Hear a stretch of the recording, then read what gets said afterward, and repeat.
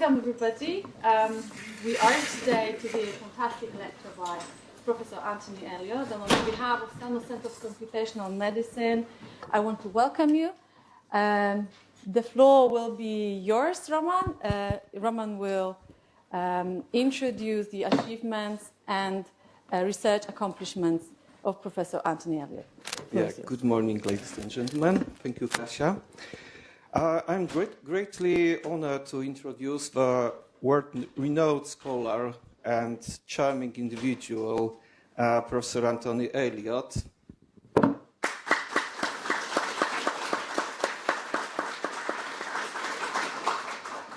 Our guest and keynote speaker, who will be presenting a lecture titled May I Be With You? Automated Life in the Digital Age. Professor Elliott is the Dean of External Engagement, Professor of Sociology, and Executive Director of the Hawke Jean Monnet Center of Excellence and Network at the University of South Australia. He is also a Global Professor of Sociology in the Graduate School of Human Relations at Keio University in Japan, and a visiting professor of sociology at University College Dublin in Ireland. Anthony Elliott was born in Australia and holds a BA honours degree from the University of Melbourne and PhD from Cambridge University, where he was supervised by Lord Anthony Giddens, the architect of third wave progressive politics. Professor Elliott is prominent social theorist, a sociologist, and public intellectual. He is the author and editor of around 40 books. His books include Social Theory and Psychoanalysis in Transition, Psychoanalytic Theory and Introduction, Subject to Ourselves, Morning of John Lennon, Critical Vision, Social Theory, Science Freud, The New Individualism, Making the Cut, How Cosmetic Surgery is Transforming Our Lives, Mobile Lives on Society, Contemporary Social Theory and Introduction. He's best known for concept of the self, which has been in continuous print for over 20 years and across 3 editions. His work on social theory, cultural sociology, and psychoanalytic studies have been translated into over 20 languages, including Polish, contemporary social theory and concept of the self. You can read in Polish. Professor Elliott contributes to media worldwide. Among others, he has recently been interviewed by the BBC World Service, the Sunday Times, as well as the European and North American radio and television networks. His works on artificial intelligence, such as Algorithmic Intimacy, The Digital Revolution in Personal Relationships, 2022, Making Sense of AI, Our Algorithmic World, 2021, and The Culture of AI, Everyday Life and the Digital Revolution, 2019, have become bestsellers in renowned publishing houses such as Routledge and Polity Press. In July 2024, we hope his new book, Algorithmics of Anxiety, Fear in the Digital Age, will be released. Anthony Elliott is also the editor of Routledge Social Science Handbook of AI in 2022. Following Professor Elliott's lecture, we will have a discussion session of approximately 30 minutes. So, Anthony, the floor is yours.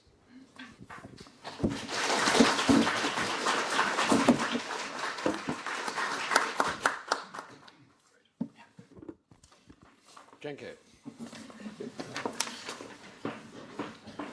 Dzień dobry.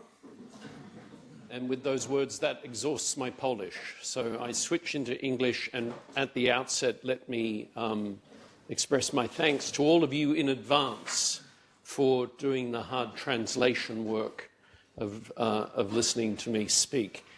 I would like to firstly thank Professor Roman Bacco for this invitation to come to AGH. I've worked with Professor Batko for quite a number of years now, and he's astonishing, really, because he seems to go everywhere. We've worked together in Munich and Dublin and Tokyo, and he's even come to Australia, which is really some commitment. So I thank you very much, Roman. Your work in management studies and the ways in which you're rethinking the impacts of digitalization today has been very important to the team of scholars that I work with. And I think this university is very lucky to have him. I would also, just right at the very beginning, I'd like to thank also Dr. Kasia Balaga-Nicholson. Thank you. And for your team at Sano. I'm looking forward to also talking there later today. And just one other quick thanks to my good friend and colleague, Dr. Dariusz Brzezinski from the Polish Academy of Sciences for coming here today. Okay, so let me jump straight to it because, and I'm very mindful as I'm looking out across the room, lots of people from different backgrounds, different generations, different contexts. You're putting me in a very difficult position to try to say something of any significance to you, given, I suppose, the spread of diversity and orientations of viewpoint. I know that this is a university of science and technology. Please be gentle with me. As you gathered, I'm a sociologist by training, so I'm going to be talking from a social science perspective. But the revolution that is up and underway, the digital revolution, which I think is the most transformative force in the world today, is a revolution that fundamentally requires a new interdisciplinary engagement. So as a sociologist, it's absolutely critical that I have engagement with computer scientists and software engineers and mathematicians and data analysts and so on and so forth. And as you will all know, this is a growing phenomenon worldwide. If AI has one thing that it's certainly done, I think across universities worldwide, it is leading to these new interdisciplinary engagements, and I think that's all to the good. Okay, so they gave me a button that will apparently do something, and I'm always very frightened of technology, so let's see if this works. So I've been, with the team that I work with over the last 10 years or so, we've sort of come up with different accounts of what we think is going on in these early decades of the 21st century, and the term that we have used, that we think best encapsulates what's going on, is this term technological tsunami. A technological tsunami, ladies and gentlemen, but by which I'm referring to the sort of dawning, gradual realization, I think, that more and more people have today, that their sense of identity, their sense of identity that certainly on a professional basis, but also in your personal lives, that sense of identity is being increasingly rendered unfit for purpose, unfit for purpose, and largely as a result of the intrusion of digital technologies into the very fabric of your lives. So this is the dawning realization. I mean, it's certainly true of the expensive, polished cities of the West, but not only there, that people today need to undertake a set of revisions, a set of recalibrations, a set of restructurings, a set of reorganizations of their professional but also their personal lives in order to be able to get on and to confront the challenges of daily living. Now, the ways in which these reorganizations and recalibrations and restructurings are being done, of course, largely through these things, people getting hold of the latest iPhone, or you take the latest Uber update, or you get your hands on the newest Fitbit tracker, in order, I think, to have that sense that you can keep up with the challenges, that you're confronting in your daily life. And yet, kind of curiously more than that, because there's this other set of lurking, troubling, kind of menacing worries at the back of your mind that whilst that might start to see you through what you're going to do today, this worry that it's not going to be good enough to see you through the challenges of tomorrow. And therefore, that this whole thing is going to start again tomorrow as if from scratch and on in a kind of infinite regress. Well, hello. This world of technological tsunami covers so much. I mean, it certainly means, as I say, it means these things. It means smart devices. It means smart environments, cameras and controls and so on and so forth. And it means smart cities. I've only arrived in Krakow yesterday, I'm presuming it's a smart city. It looks such a gorgeous old city, but it's no doubt been rendered smart as well. But I mean by it more than just that. I'm referring with this to the entirety of the digital revolution. Yeah? So, certainly artificial intelligence, advanced robotics, accelerating automation, big data, predictive analytics, neural nets, Industry 4.0, blockchain technology, the Internet of Things, which of course is now fast becoming the Internet of everything. And as if all of that is not staggering, absolutely staggering enough for us to, all of us, I don't just mean at the university, but I mean just in terms of our everyday lives, as if all of that's not enough for us to have to cope with, what I'm calling technological tsunami gets up and off the ground at precisely the historical moment that you have a set of other major global transformations underway. And I won't have any time this morning to talk about these, but just to mention them, to at least to note them. So, major transitions happening, as you know, in biotechnology, in nanotechnology, and a series of transformations occurring in information science more generally. And it's my view that a critical social science of digital transformation needs to try and encompass all of this in terms of rethinking the nature of modern institutions, but also our everyday lives, and to try and understand how these intersect.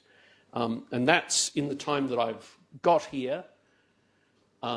I suppose I want to try and do two things. And someone mentioned, a professor mentioned to me earlier arriving that many of you have a very significant meeting coming up at 11 o'clock and that some need to head out the door at 5 minutes to 11. So, bearing all that in mind, the two things I want to do, I want to just say something very briefly. I just want to sketch something briefly about how I've come to think about the point that I was just making, these intersections between institutional life and our personal lives in terms of the ways in which artificial intelligence is impacting the planet in 2024. Much of that will probably be material that people will know, so excuse me if you know that material well. And then in the second half of what I'm going to do, in the lead up to 5 minutes to 11, I will say something slightly more slowly about one of the major worries that I currently have about artificial intelligence, which concerns the whole question of the outsourcing of our personal decision-making to smart machines and what may be involved in that.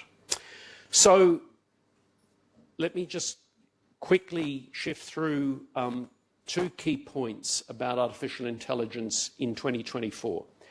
So one way, and it's only one way that you can actually think about the impacts of artificial intelligence, is both in terms of extensity and intensity. Yeah? Extensity and intensity. By that, I mean taking a sort of very broad, wide view, a sort of global view of what's happening in terms of AI technologies at the current juncture. And then secondly, sort of zooming on in to see the way in which AI is actually affecting people on the ground. So in terms of extensity, we know that artificial intelligence has its origins in geopolitics, which it both impacts and transforms. And I think it's really extraordinarily important to see that AI constantly interlaces with the forces of globalization. Yeah? That artificial intelligence is fundamentally interwoven with now a global digital economy which is constantly outsourcing, offshoring, but also reshoring and transforming not only industrial manufacture, but also services, the provision of services in the global economy. That's not a claim that I'm going to be able to go on and substantiate in any detail here. I would just simply, if you're interested in that, I would just refer you to the work of the economist Richard Baldwin. Some of you may know his book, Globotics. It's a rather unlovely title, but you see he's brought the robots together with the forces of globalism. And in Globotics, it's a really interesting book, actually. If you haven't seen it, I recommend you take a look at this book. It's basically a book of stories with a thesis sitting behind it. And Baldwin, for example, looks at, things happening around the world. So, for example, he looks at hotels in London and looks at ways in which hotel rooms in London now are being cleaned through telerobotics. So you've got the sort of cleaning services in these hotels being operated by people sitting behind their computer terminals in cheap labour spots around the globe. And Baldwin asks the question, is this the future of the global digital economy? If you wanted to try to get a handle on artificial intelligence, and bear in mind that with this term extensity, I mean, that's what I'm trying to get us here to think about. That is the scale and the scope of AI across the planet today. I mean, if you wanted to get a handle on AI, I mean, one way that you could do that, I mean, if you're thinking about, the AI race, the way in which countries are now competing against each other to exploit artificial intelligence and big data in order to be able to leverage economic and national advantages. One way you could do that is by going off, I suppose, and looking at where the AI hubs are. That's relatively easy to do because, we know that they are in Silicon Valley, they're in New York, Boston, London, Beijing and Shenzhen. That gives you a clue, I suppose, about something about these new concentrations of socio-economic power. Another way of thinking about the extensity of artificial intelligence today, and please excuse me because this chart here is, you'll have to squint probably to look at it, and don't strain your eyes too much because it's actually already pretty out of date. But I've just put it here partly to show you all these flags and all these countries, thinking about what's going on with AI. This is seeking to capture various countries around the planet that have sought to develop AI national strategies. And here's my country here.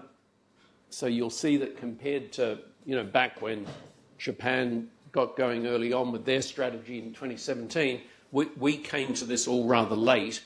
And it was at the time my good fortune to be invited by the chief scientist of Australia to go on to this review of artificial intelligence of Australia. And I sat alongside very learned engineers and computer scientists and mathematicians, but they'd also put onto the panel philosophers and sociologists. So it was a really interesting discussion we had. And I cannot tell you how many reports I went off and read from other governments around the world in terms of what their national AI reviews were. And the thing that struck me pretty quickly is that they were all very, very similar. You know, it was as if we were all trotting the same kind of ground. And I suppose much of what happened with these reviews, certainly I can only talk about the Australian review with any sense of confidence, but largely what happened is, you know, it was a set of considerations about how much investment should governments be seeking to put into AI. And in Australia, I mean, we were having a debate about should we be spending taxpayers' money to the tunes of tens of millions of dollars in developing these new national investment programs. Well, with that particular review, we wrote the report got sent to the minister, and a couple of things happened. Firstly, there was a global pandemic, you might remember, so the report sort of just sat on the minister's table and nothing happened. Then the Prime Minister who had actually appointed us, he was replaced, and there was another government, and they didn't do anything for a while. And then now we've got a new government in Australia. So there have been 3 changes of government since I took part in that report in 2019, and Australia hasn't really made much of a decision about what kind of investment it will make. But the point I would ask all of you to think about is the following, namely that whatever you might think of, should Australia invest tens of millions of dollars into artificial intelligence, that's nothing compared to what other countries are doing. So, you know, if you're looking across this list, for example, the United Kingdom's investing $1.2 billion in AI between now and 2025. France, $1.8 billion. That's nothing if you take it up a level and look at what's happening in a regional context where, for example, the European Union's committed to some $20 billion into AI between now and 2030. And of course, those figures also look on the light side if you compare that right to the top of the tree in the AI race between the United States and China. China has a forward commitment of some $200 billion into AI between now and 2030. So perhaps little wonder, that one industry assessment has it that artificial intelligence might be worth, it might be worth some $16 trillion to the global economy by the year 2030. So that's the, a kind of one set of reflections from the standpoint of trying to think about what's happening globally. And of course, I mean, one of the issues, as you will all know, I mean, this is not happening in an even way. The impacts of artificial intelligence are profoundly uneven in how they're impacting individuals and communities and organisations and institutions, and that might be something that we want to talk about soon. The other side of the coin, to go from extensity to intensity, I think one of the things, and this is, I suppose, if I feel I've been able to make any contribution to this debate in academic terms, it's on this next point. Artificial intelligence is not only about technologies, institutions, organisations, and infrastructures, I mean, obviously it is. We know the big public debates of our time beyond the academy. What people are really worried about is, will robots take their jobs? Number one. And I suppose number two, the relationship between artificial intelligence and ethics. Really, really critical debates. So the debates of our times and our lives in these times. So yes, we know that artificial intelligence is restructuring the global economy. We know it's restructuring politics, society and culture, but it's more than just restructuring institutions and organisations. It's actually restructuring identities and intimacies. So I suppose another way of saying that is to say that artificial intelligence actually goes all the way down.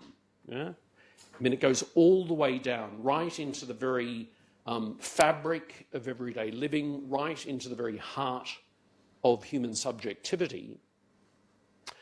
You know, and I mean, that covers, if you think about it, that covers, doesn't it? I mean, it's a reasonably broad slice of human existence. It covers identity, intimacy, family life, friendships, sexuality, and the body.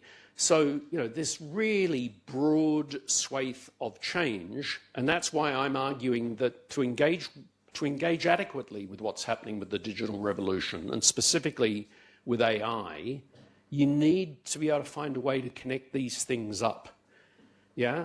So, I mean, you know, I mean, a good example I always think of when I say that AI, you know, goes all the way down into how we live our lives today. You know, we all carry these things around in our back pockets or in our bags or purses. And I mean, the key thing about all this is obviously you've got remarkable algorithmic power, yeah, with one of these devices. I mean, in a sense, it's kind of the equivalent as a kind of supercomputer you're walking around with that put a man on the moon, even if, like me, you perhaps only use a very, very small fraction of that algorithmic power. You know, like anyone in my generation, I suppose I just look on in awe when I look at how my kids use their mobiles and what they're doing. I use it in a fairly pedestrian way. But, you know, sociologically, it's interesting, I think, because with this, all of us now, whether we know it or not, lead a kind of just-in-time lifestyle. Yeah? I mean, just getting here this morning, sending messages to Professor Backo back and forth. I mean, like once upon a time and not that long ago, I mean, we would have had quite elaborate instructions and plans as to how I would find this building and this university to which I've never visited before, and scheduling and rescheduling. Well, rescheduling was not so much an option. You know, lots had to be pre-planned and pre-organised. Where today we know we do this on the move and things are readjusted and recalibrated as they're kind of happening. So you lead a just-in-time lifestyle, and historically, if there are any historians in the audience, the point I would make, because historians often, you know, make the argument that AI is not actually such a shiny new object, and it has a history, and of course it has a history. It also has a prehistory. But the point about you know, mobiles and these digital devices and leading a just-in-time lifestyle from an historical point of view is this is a remarkably different life to the life that your parents, for example, had. And it's hugely, hugely different from the life that their parents led. Yeah? So in historical terms, all of that has actually unfolded really, really very swiftly. And that is one of the reasons that I think sociologically we can argue that artificial intelligence inaugurates a transformative force, the likes of which really hasn't been seen before. Okay, so in the final part now of what I want to do, I want to just go a little bit slower and say something about some concerns about AI that I have, because I need help with some of this, and I need help particularly from scientists and technologists and students of science and technology, because basically one way I think in which I've come to think recently about the current state of the debate on AI is that it's, at least in terms of a lot of the public discourse, as you will all know, there is a lot of hype, about AI. Big tech in particular is constantly hyping the claims of AI, and I think for everyday people it's very difficult to try to tease out the relationship between sort of what are some of the feasible claims about how artificial intelligence can improve our life and our life in these times, and then what's actually just hype or what may be a kind of con job.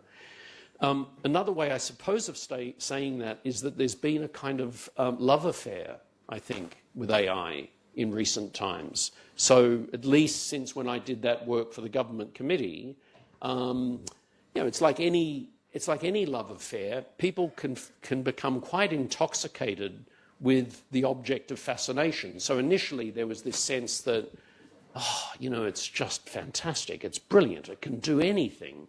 You know, we can basically reinvent not only ourselves but the entire world.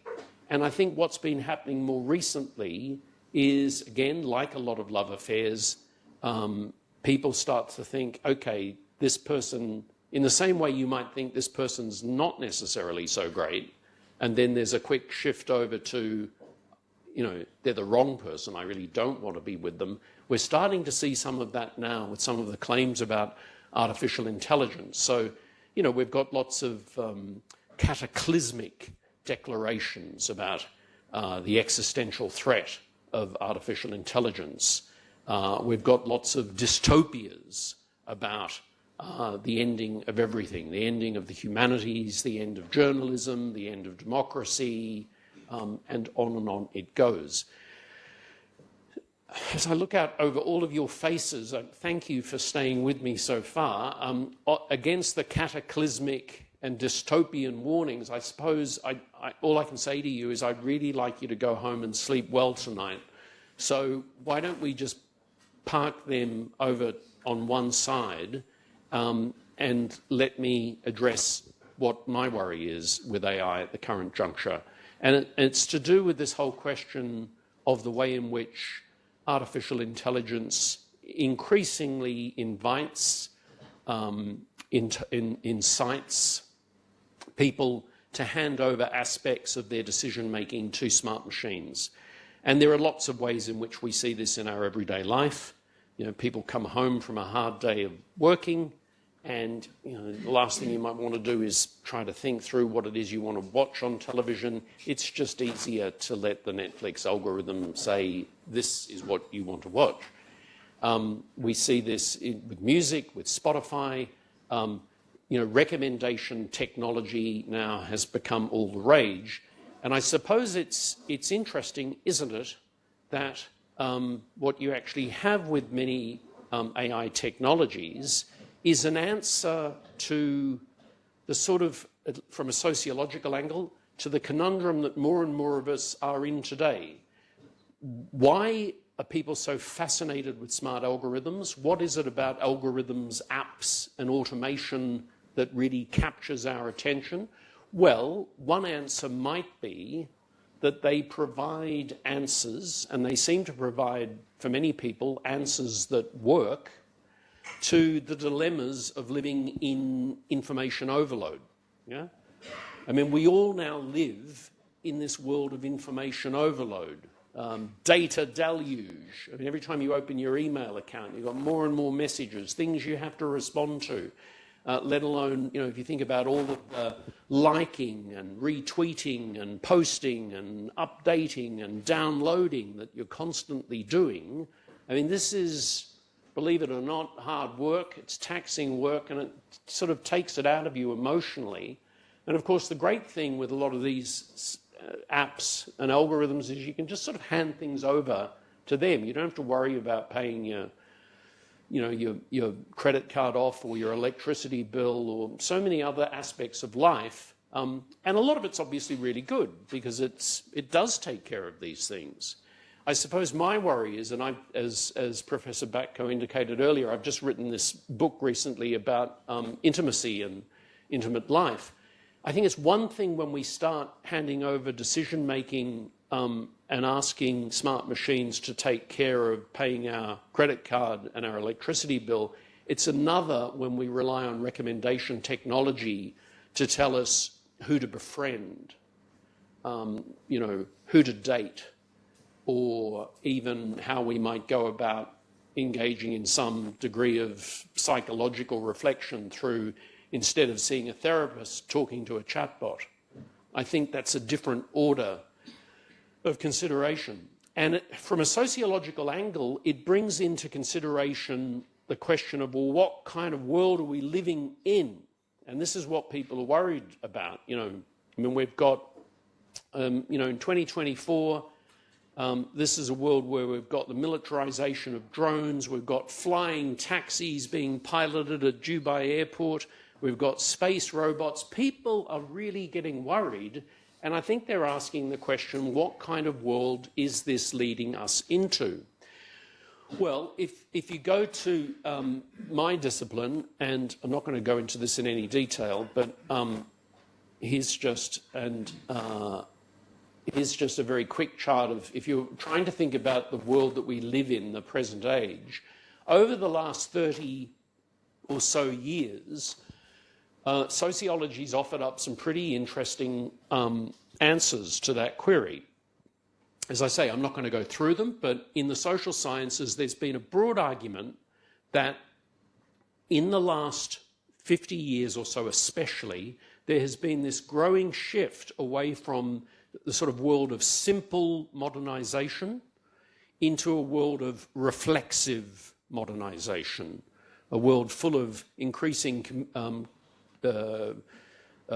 communication technologies and the role of digitalization and so on and so forth. It's been a world where we've moved away from a kind of hardware version of modern social order across to a kind of software version of modern social order.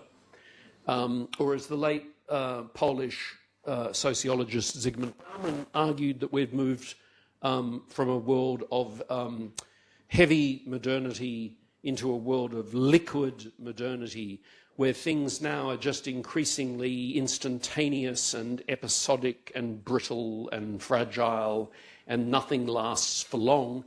Bauman, of course, very famously talked about that in terms of a wholesale shift away from a world of work, where you would all go into jobs for life, across to a world of contract-driven employment, where you've got your job, but it's only your job until you face securing the next contract. And he argued that that didn't just happen in the sphere of work, it happened in the sphere of life. We've gone from a world of marriages till death us do part, over to relationships until further notice, yeah? And of course, from one angle, I suppose until further notice, nowhere, I think in 2024, is that more graphically realised than in the world of Love Me Tinder.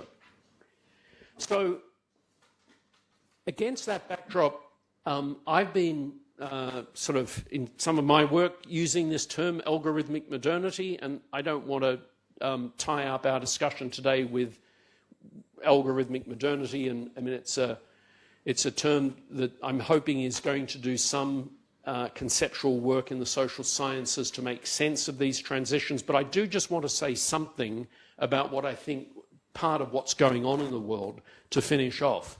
And it's the following, that if I go back a second, all of these theories, without going into them, whether it's reflexive modernization or Bauman's liquid modernity, if you look historically when they were developed and when they were published, they're kind of connected to major global events in the economy and society. So, whether it was like the fall of the Berlin Wall or Chernobyl, when Beck started to talk about, we're now in an age of risk, the kind of risk that we've never seen before, or even with Bauman and the sort of dot-com bubble and how that sort of served to increasingly liquidize social relationships. If I had to sort of pick something, it's nothing as grand as those events, but if I had to pick a year in which algorithmic modernity starts to really take off, I think it's 2016. And the reason I say that, of course, that was the year that, for those of you that know the game Go, which I don't play Go and I don't play chess, but I'm told that that Go is much more difficult than chess.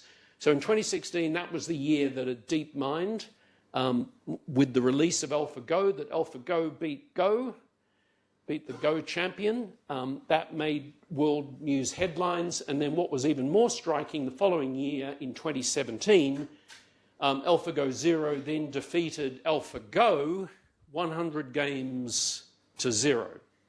Now that 100 games to 0 is really I think, amazing, because it surely tells you something about the state of the current state of development in machine learning that, frankly, social scientists don't know enough about. But my point about all of this, and the reason I'm very interested in what happened at that time, is it's not just that there was this sort of leap ahead in machine learning and that AlphaGo 0 was able to defeat AlphaGo 100 games to 0. It's what I said earlier. It's the way it has to be seen in a global context and the way it impacts people's lives. Because when that all happened, this was actually watched on TV screens throughout Asia. There's something like 400 million people were watching this in China and South Korea. I mean, it was absolutely huge. And then not long after that, the Chinese government made its commitment that it was going to put the $200 billion public investment into artificial intelligence. So my point is, you've got a very small little tech company in King's Cross in London building this software, building this technological capability. It's able to knock out the Go champion. Then it builds a better version that knocks out the previous version. All of this is watched by hundreds of millions of people. Then the Chinese government makes this investment. And I think against that backdrop, you can see the way in which the global and the personal are constantly interlacing and being reorganized through artificial intelligence. So I want to, in the next 5 minutes, try and wrap this up. Because you've been I've still got people's attention, so I'm delighted by that. I don't think I put anyone to sleep yet, so that's good. Let me finish with this, going back to the dilemma, the critical dilemma about the outsourcing of personal decisions to smart machines. One of the things I've been trying to do with my team, and I think social science really needs to come up with an account of, for all of us, what does it feel like to live in this world of predictive analytics? What does it feel like? Not the sort of thinking about this, but at the emotional level, the affective plane. How do our bodies feel? How do our emotional worlds feel in terms of the way we're being pulled and pushed by smart algorithms? And every time I initially asked my team this question, in the early days of posing it, often got the very strange looks on people's faces. It was like, well, what are you talking about? There's lots of accounts about how AI is impacting jobs and employment and healthcare and education and so on. And I said, no, not that. I'm actually trying to get at something about how we feel as people. This gave me a clue, and I just want to share this with you because, and I'm sorry that it comes from big tech, but it does come from big tech. And I thought it was kind of interesting about the ways in which I think more and more of us are constantly in our everyday lives we're pursuing certain pathways as always, but we're also being pulled off course. We're getting lots of recommendations, we're getting lots of messages constantly that are dragging us in all sorts of different directions.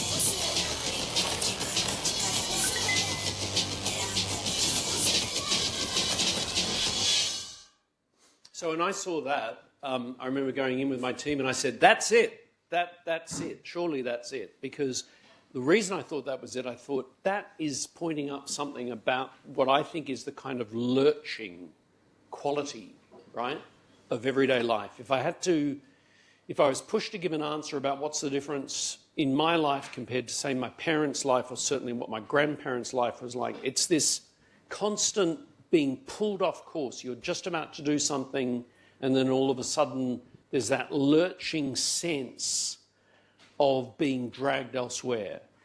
And of course we know with digital technologies, and as I'm talking away, and this is nothing unusual, it happens all over the place now in meetings and lecture theatres. People are very busy sending messages because we all have the capacity. We're here, but sorry, and I don't mean to pick on you.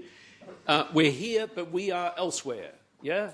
And so we're in an age of multitasking, we're in an age of digital deluge. The Americans, of course, have a wonderful term for this. They call it digital device distraction syndrome, yeah?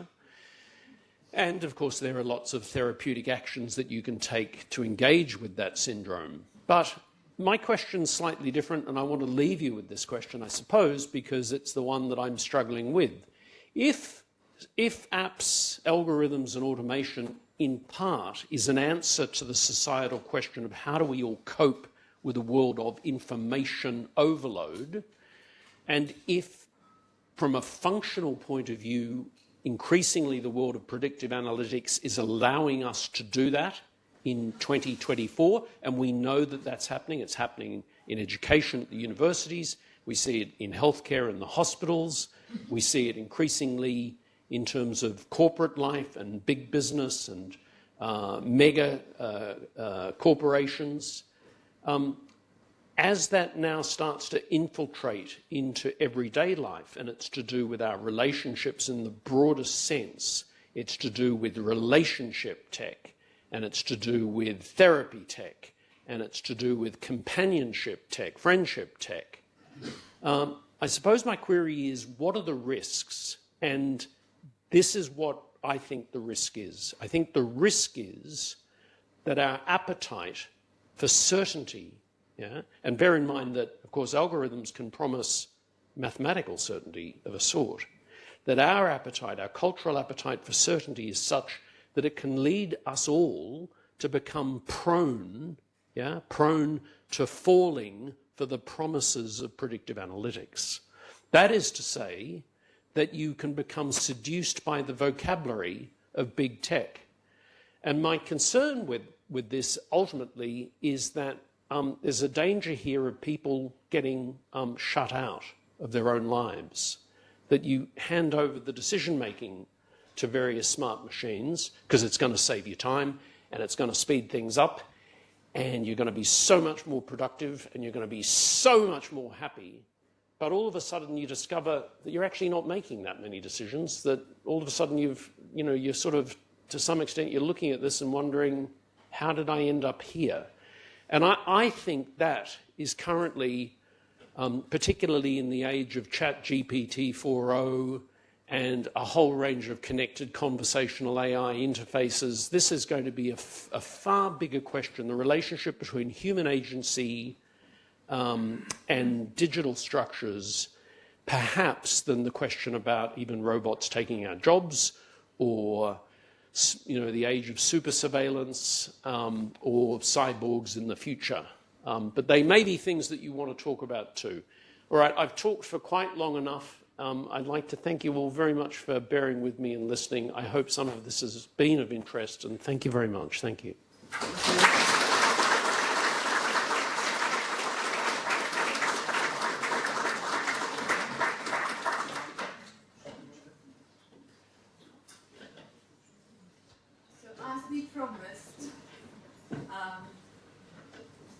Your lecture made us think.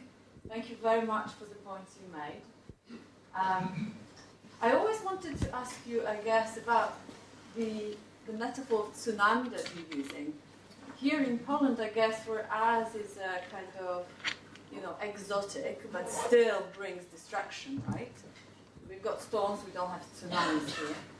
And it always reminds me that people tend to use some metaphors to kind of either show the forces that they cannot control. So we had a atomic bomb that was the cloud, right? The mushroom, right? So we were going through metaphors that were connected to nature to show that we don't have enough control to, make sure that the things that we started will be doing whatever we wanted. Is that what you wanted to point out when using that metaphor of tsunami? So thanks, Kasia. It was simply, so it goes a long way back, actually, when I started researching in this area, which was probably about 2013, 2014. And I think the tsunami metaphor was very much just trying to shake up a lot of the discourse, because at that time the digital revolution, more broadly conceived, was just seen as one of a series of major changes going on in the world, which of course it is. But I think I was I wanted to underscore its centrality, and I wanted to underscore its centrality in terms of its relationship to many of the other big transformations that are going on. So, I mean, obviously something like the pandemic, I suppose, is an interesting example, because, of course, something like AI was both condition and consequence of the global pandemic in so many ways, in terms of the speeding up of the vaccine discovery, but its role in terms of new ways of working and communicating and so much else.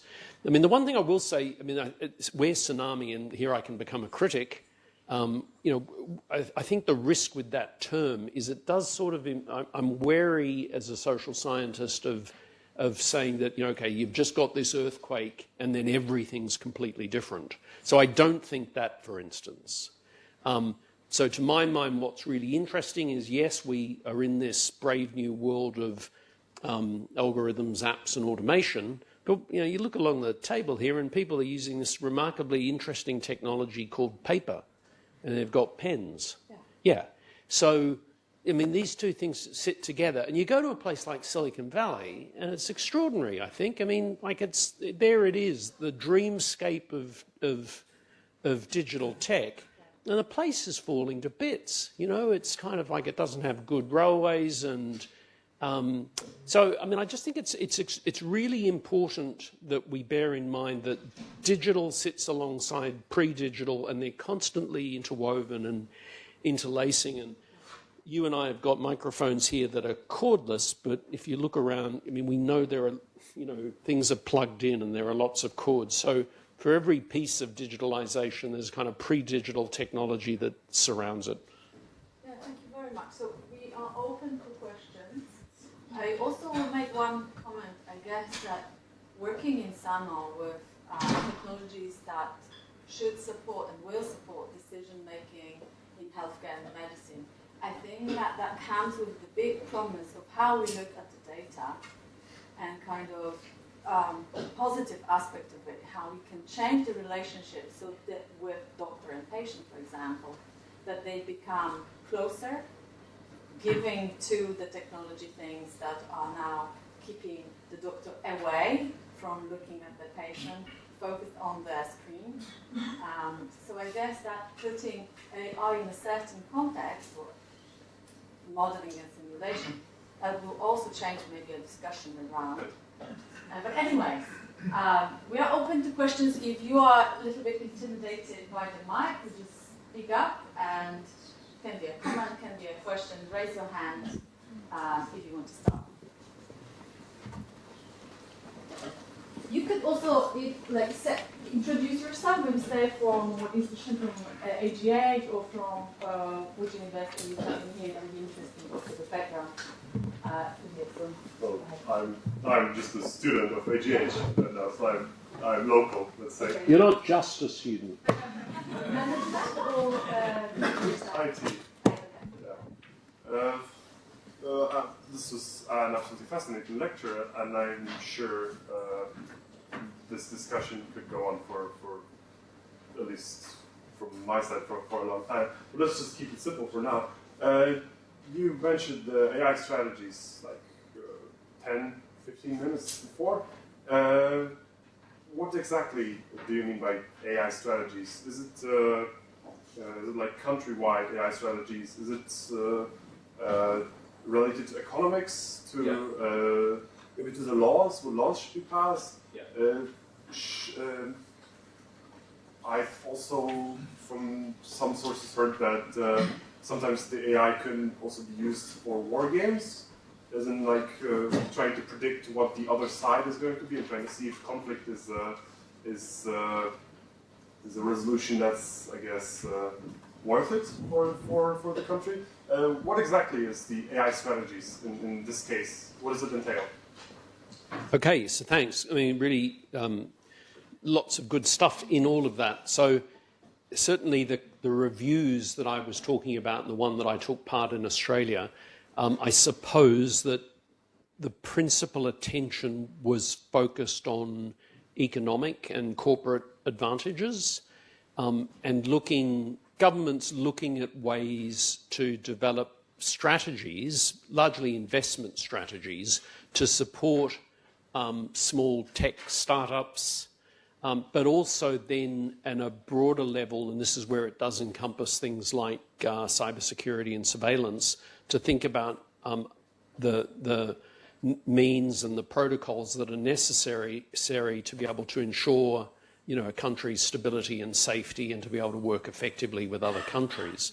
Now, obviously, I mean, one place where some of this has played out with a vengeance has been in the European Union, where there's not only just been a focus on the question about economic advantages, and also questions about security, cybersecurity, and defence. And bear in mind, my starting point to that discussion was to say that AI has its origins in geopolitics. So to really understand much of the development, particularly post-1956, from the Dartmouth College onwards, I think there's a really important story to be told about the Defence Department in the United States and just the sheer amount of money that went into the space race and the way in which AI grew out of that whole context, because it's been terribly important. The European context more recently has been different, and I think the world watches it now with great interest. Certainly we do in Australia, because obviously there the focus has been very much in terms of the risk is taken extremely seriously, as is the question of individual rights. So you've got this focus now on questions of regulation and governance. You all know this from having to, every time I come over from Australia and when I'm in Europe, and if I go to download a piece of software, of course you've got that great experience thanks to the GDPR, where you have to scroll up through all of that text that comes onto your screen, and everyone seems to race to get to the bottom to say, yes, I accept, which I suppose is a shorthand way of putting a question mark about what sort of ethics is that, because a lot of people worry that, yes, it's regulation and it's governance, but is it just tick box ethics? What would a more substantive ethical engagement look like with artificial intelligence? And I've just, prior to arriving here, I've just been fortunate to take part in some debates in Italy. And of course, the Italian engagement with artificial intelligence at the moment, I think, is really awe-inspiring, because it's shifted up a gear. You've actually now got the Pope, who is going to take part in the next G7 summit happening next month, where the Pope will actually join this discussion with G7 leaders on artificial intelligence. And I think the world watches now with a sense of, one would hope, that papal intervention into AI, and of course from one angle it's interesting, isn't it? I mean, like, AI is invisible. You don't clap eyes on AI. It's a bit like God.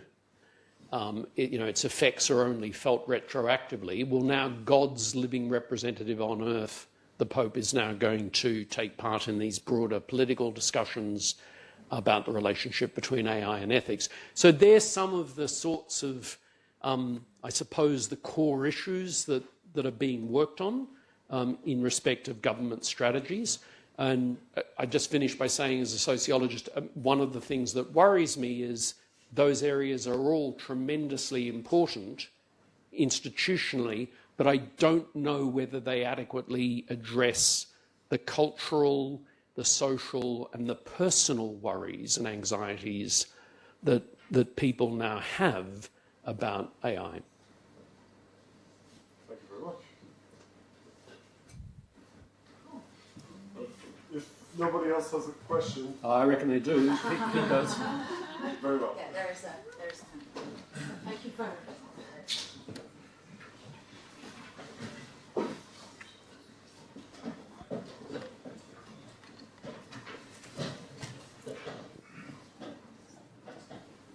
So you were talking about the ethics of AI and the relationship with humans. So I have to ask, is it ethical to let people interact with AI in such a way, with the generative AI, in such a way that brings them close to each other? And is it possible for humans to fall in love with AI? And will it be discussed in the future? So something like this. Yeah. So that, I suppose, I mean, a lot of the work that's been done there focuses on the anthropomorphic. People have been able to fall in love with non-human objects for quite a long time. Take men and their fascination with cars, racing cars, sports cars, and so on and so forth. And the eminent MIT psychologist Sherry Turkle, I think, makes some really interesting points about this, because she just talks about the shift from the bygone age of, little girls and boys playing with their dolls and teddy bears and so on, and the degree of investment that the small child puts in a kind of make-believe world, that the doll comes to life or the teddy bear has a life and so on. And Turkle contrasts that. She went off and studied things like Furbies and Tamagotchis and so on. And she developed this sort of argument that the big difference of what's going on today is that it's not just the small infant creating an imaginary world and developing that world that's going to be useful to them in their adult life, that these objects now come packed with all of these pre-scripted utterances and pre-scripted response modes that are being jammed into the infant's world. Yeah? Now, I'm not saying you should buy this. I actually have quite a few worries about part of Turkle's arguments, but I think it's an interesting argument because it raises, in a sense, it's giving some psychological flesh to your query. Can people fall in love with AI? Well, obviously in Spike Jonze's film Her, the lead character did fall in love with AI. I mean, that was Scarlett Johansson, so some people might think, fair enough. Interestingly, I see Scarlett Johansson's actually now just brought a legal case against OpenAI, thank you. So, I mean, this is a return of the repressed here. So, I think we're going to see a lot more of this. I mean, the study that I've just come out of doing, looking, for example, at relationship tech and therapy tech. I mean, you've got software now, this Replica, which is made by a US company, which advertises itself as the best AI friend that you can have. And the advertising bump for Replica is something like, always available to listen to you, always on your side. And of course, I mean, this is AI friendship tech. I mean, this is a version of friendship which is, gives you permanent availability. Yeah, 24/7 availability. And what flesh and blood friend could actually ever compete with that? But, I mean, of course, if you look at it, we know, I mean, Replica is basically trained on data, and it's your data. So Replica is really about users and consumers using a piece of friendship tech it's about me, and me, all in a lifting of narcissism to a kind of sublime stature. So from that perspective, it's perhaps not surprising that people can fall in love or think that they're falling in love, or certainly become intoxicated. I suppose that, just to finish that, I would also reframe it a bit, because lots of people study sex robots and all of these developments, and I've kept away from that. But the bit that I'm interested in is why in 2024 are we now becoming so excited and enthusiastic and intoxicated by the idea of talking to these chatbots? I mean, it seems to me that, like, at the current juncture, people have plenty of problems just talking to their loved ones and their family and their kids and their work colleagues. But all of a sudden, the idea of being able to talk with a chatbot, it's just become the flashiest thing that one can think about or do. So, you know, I think the point you're raising is a really interesting one, and we just don't know. I mean, there are no experts on this yet, because it's a real-time experiment and it's playing out in real time. Thank you. Anybody? The gentleman behind you. Of course, Jose. Hi, very nice talk. So I'm Joseph from Sano. I think that you already gave the answer for the question that you just posed, because in your presentation you talk about emotions. And when you were answered to not just a student, to a student, you mentioned that people resonate with the things that they already know. So AI at the moment replicates your emotions, replicates your way of being. That's why it's so easy, at least from my perspective, for a person to talk with a machine. It's more easy than to talk to a human, because the emotions that you are getting coming from a different experience, from a different environment. So that's this anthropomorphic thing that you mentioned that we try to replicate on AI that makes it so appealing, you know, because there is no confrontation, there is no arguing, you know. And we humans are very good on imitating. So we observe and we imitate. So I think that's the point where we are. We are assuming that AI is replacing that learning process that we have been doing for a long time. And I think that big tech, and there is a lot of books, so I think Ivan Varoufakis wrote a book on techno-feudalism a couple of years ago. There is another also book about progress reshaped by technology, and how at the moment what we have is a so-so innovation. So AI is not really innovative because human is always on the loop, training machines and so on. So I think that AI, at least, and I would like your comment on that, needs a new perspective. So this perspective that what we have is enough, I think not. And science research institutions have that role to play. Yeah, thank you. So, I mean, I take much of that as a comment, and it's a comment that I agree with. I suppose your point about the rendering of things smooth and kind of easy in social interaction with human-machine interaction. So what's the spillover of that?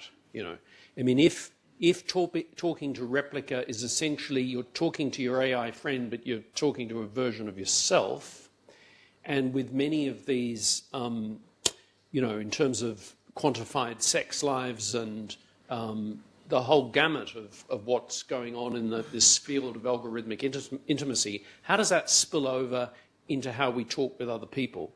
I mean, certainly where I work in Australia, with the people on my team, you know, it's a standard type of conversational interaction where you, in the morning, you know, you'll say to someone, "Did you have a good weekend?" Or you might say, what did you think of the football match? Before you get to saying, by the way, you know, that report, I need that at 4 o'clock this afternoon. But of course, in a world of talking to intelligent, smart machines, where we're saying, order the pizza, book the ticket, etc., etc. So what kind of conversational niceties start to get squeezed to the sidelines then in terms of our interactions with other people? I do think the social sciences has a really interesting role to play working with the hard sciences to think about that constant crisscrossing, because we're all now in two worlds. We're all doubled. You know, we're in the world that we were born into, the world that has always been around, the kind of physical flesh and blood human interaction world, and then we're in this kind of digital world that sits alongside it.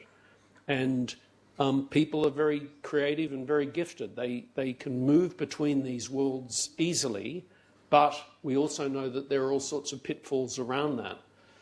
My discipline of sociology is immensely interesting, I think, because probably one of its great claim to claims to fame from the 20th century was a lot of work that was done in conversational analysis of, what's happening when people talk to each other.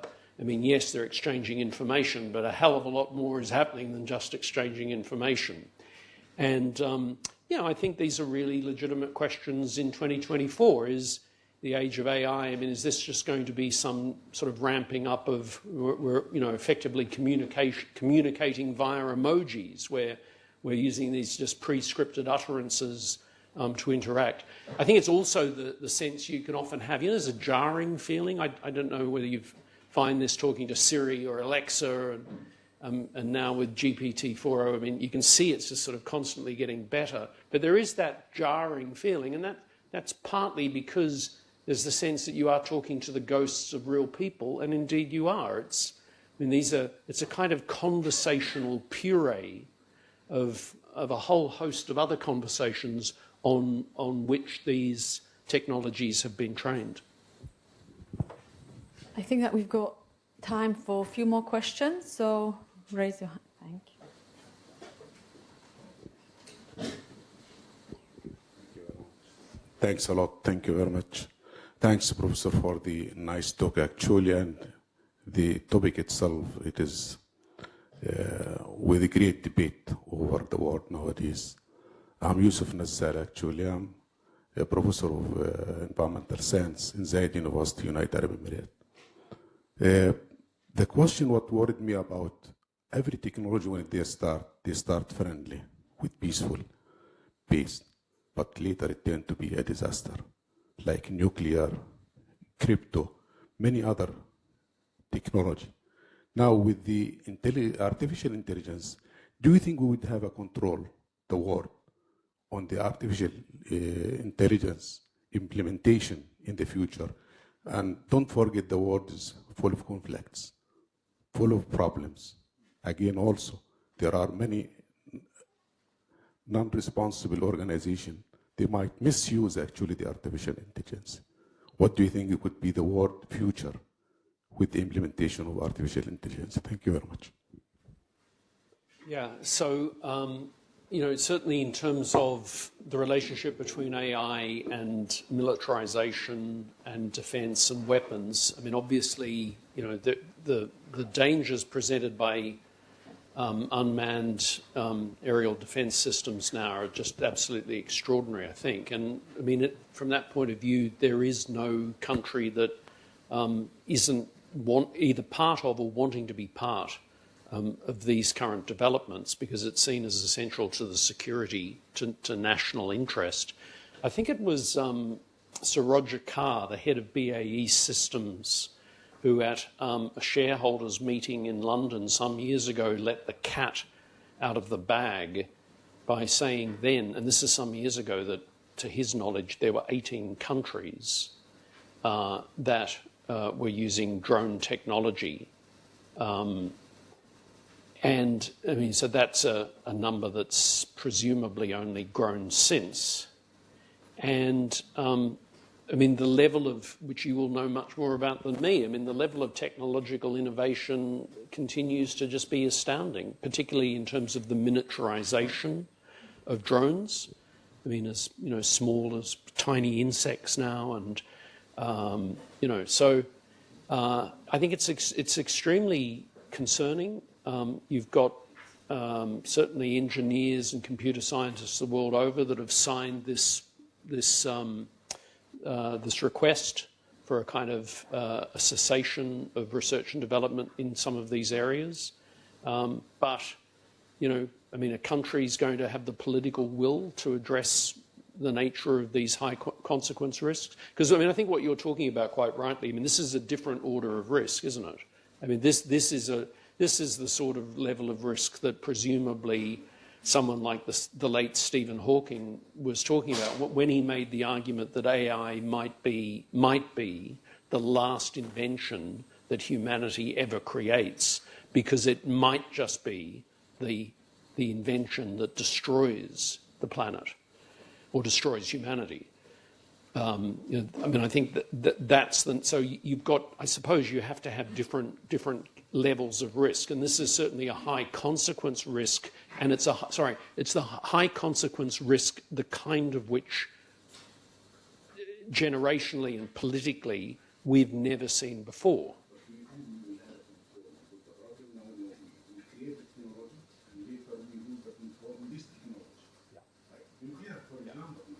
Can deny that. Yeah. There are non-responsible organizations that are using the nuclear.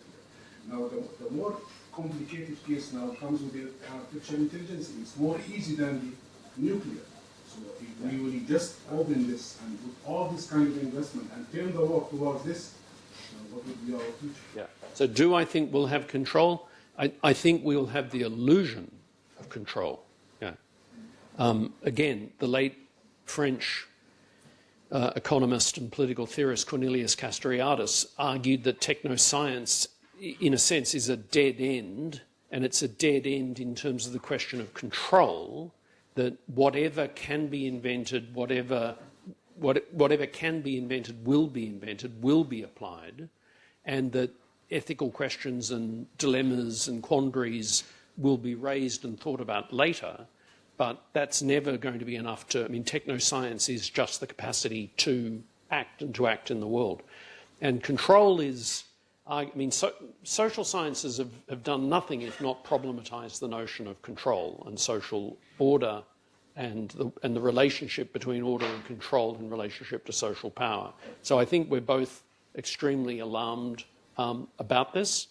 And I think I do think it's very important that from the world of science and technology, that there are so many intellectuals that have spoken up about this. This is not an area, I mean, it seems to me this is really an area where people are being very politically engaged, and rightly so. Thank you very much. Unfortunately, we need to stop here, but please do stay around if you want to have a chat with Anthony. If you want to exchange also your feedback about the lecture, we are happy to have a conversation. We need to go out from this room because there is another event taking place. But Anthony, thank you very much. That was great. Thank you very much.